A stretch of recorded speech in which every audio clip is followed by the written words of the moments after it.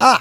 Salut les gens, t'es chez Anakin68, c'est l'heure de la vape de la semaine et cette semaine on parle du pod Tech 247 ou 247 ou 247 de chez Smoke. Ouais, Smoke qui a fait son grand retour lors du dernier Vape Expo là, cette année en 2024. Petit pod, top pratique, vachement compact. Et alors, c'est encore une fois du matos que je kiffe. Pourquoi? Parce que ça fait partie de la catégorie la vape fort de mise, la vape pour les débutants. Pourquoi? Tout d'abord parce qu'en termes d'autonomie, on est bien, comme dirait l'autre. 1800 mAh, ça le fait largement pour une journée. Je veux dire, si t'as une journée de travail ou quoi et que t'as pas l'occasion de tirer dessus comme un bourrin, pas trop de problème. Ça devrait pouvoir t'emmener du matin au soir sans souci. Ensuite, t'as deux options au niveau des réglages. Soit c'est un wattage variable. Alors là, mon vieux, simplissime encore une fois. T'appuies 3 fois sur le bouton et là, tu vas pouvoir augmenter tes watts et ça se balade entre 5 et 30 watts. Mais la bonne nouvelle, c'est que si t'es paumé, tu te rappelles plus, tu sais plus trop comment ça marche ou tu veux une sorte de reset, tu vois, un espèce de retour au réglage de base, eh ben mon vieux, t'enlèves le pod, tu le remets et t'as un espèce de smart power, le réglage aux petits oignons qui va te remettre au bon wattage en fonction de la résistance que tu as.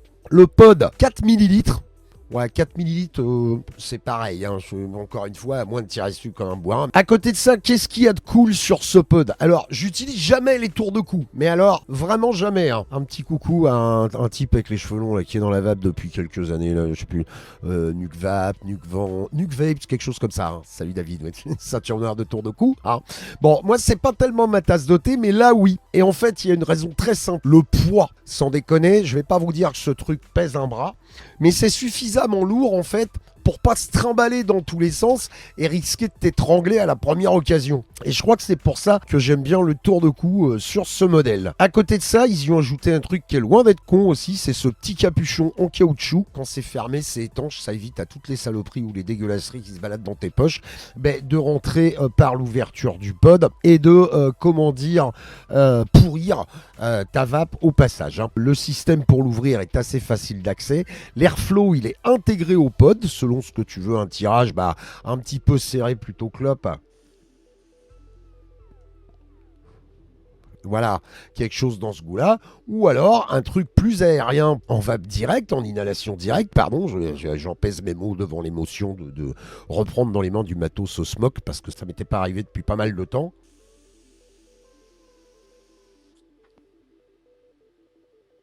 Voilà, il y a moyen de se faire plaisir avec ça et d'envoyer quelques volutes quand même assez sympas. Il y a un exemplaire de la gamme Fighter Fuel là-dedans, mais alors lequel?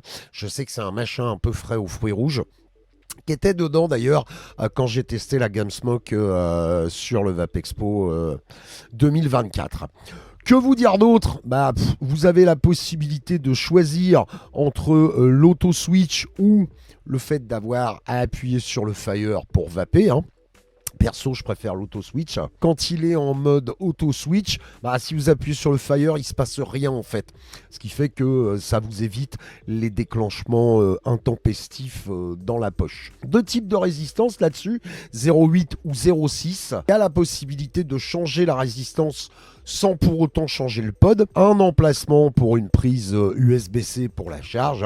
Ça charge à Mach 2 encore cette affaire. C'est des technologies hyper récentes, donc c'est vraiment pas compliqué à charger. Un petit support, le bas du pod en fait est en caoutchouc pour éviter les claquements si jamais vous le posez sur une table en verre, une table en bois ou ce genre de truc.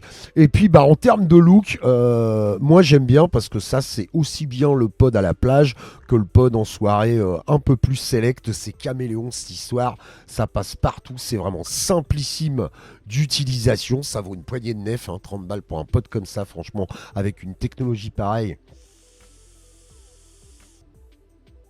Perso, je valide, sans hésitation. Saveur, goût, production de vapeur, c'est pareil, tout le monde est là. Je trouve que c'est un bel objet, c'est bien fini. Ça rappelle un peu ce qu'on appelle les orbs. Vous savez, c'est des espèces de pierres magnétiques comme ça qui sont polies, qui dans l'absolu ne servent pas à grand chose. Mais c'est des objets kiffants qu'on aime bien posséder. En tout cas, perso, ça me fait un petit pot d'appoint dans lequel je peux aller mettre un liquide qui sort un peu de l'ordinaire puisque je suis toujours en démarche de sortie de clope. Et vraiment je valide ce type de matos. Voilà pour la VAP de cette semaine. Le Tech 247, le Tech 247 ou 247 si vous voulez, hein, si vous aimez bien les anglicismes, de chez Smoke qui revient très fort avec toute une gamme là. Et puis je vous retrouve la semaine prochaine pour une autre VAP de la semaine. Hein. D'ici là, il faut que ça vape. Portez-vous bien. Salut!